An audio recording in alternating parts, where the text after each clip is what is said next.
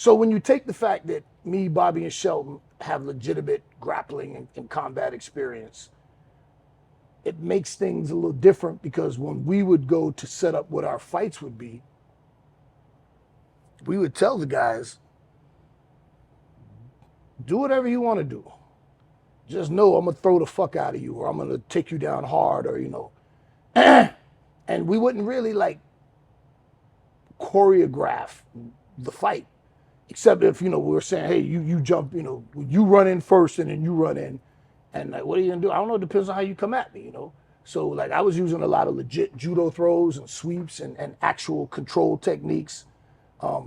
Shelton was doing the same, Bobby was doing the same. And that's why our shit looked real, because we know what a real fight looks like. And we were using real techniques. We were telling guys, come at me.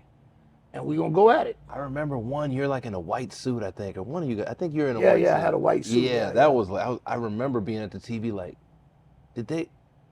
are they trying to get fired? Like, this looks like, is this real?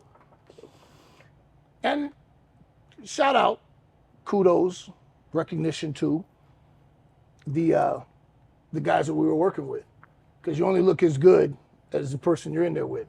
As professional wrestlers, when we're in the ring together, it's my job to make you look better than what you really are, and it's your job to do the same for me. So the guys who we were in there working with were giving their bodies to us and trusting us to toss them, to throw them, to ragdoll them, to lay it in a little heavy, And was that just a wrestling ring? It was a wrestling ring with no ropes. With no ropes, okay. As Josh Barnett, good friend of mine, will tell you, WWE stole Bloodsport and put it on TV and called it Raw Underground. 10-4. Josh wasn't too happy about that, But, I mean, Bloodsport was first.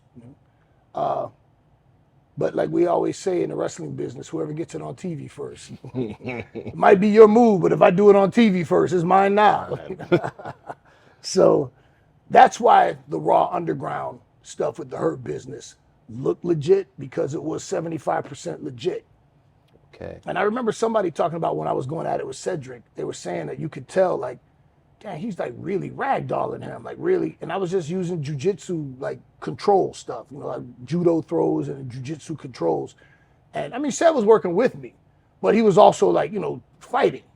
And again, when you got somebody who understands what a fight is supposed to look like, and not just, okay, this is pro wrestling, block, punch, it's a struggle. It's not supposed to be pretty. It's not supposed to be clean.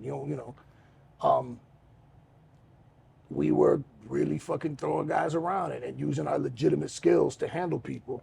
And again, the guys were trusting us with their bodies and willing to take a little extra punishment, just because, hey, we're making it look good for TV, brother. Lay that shit in, No hard feelings. Right on. And we're not hurting anybody, but, afterwards, like, man, you okay, man? I caught you. Then, no, that's good, man, That's why they looked so real, because it came from a place of experienced authenticity.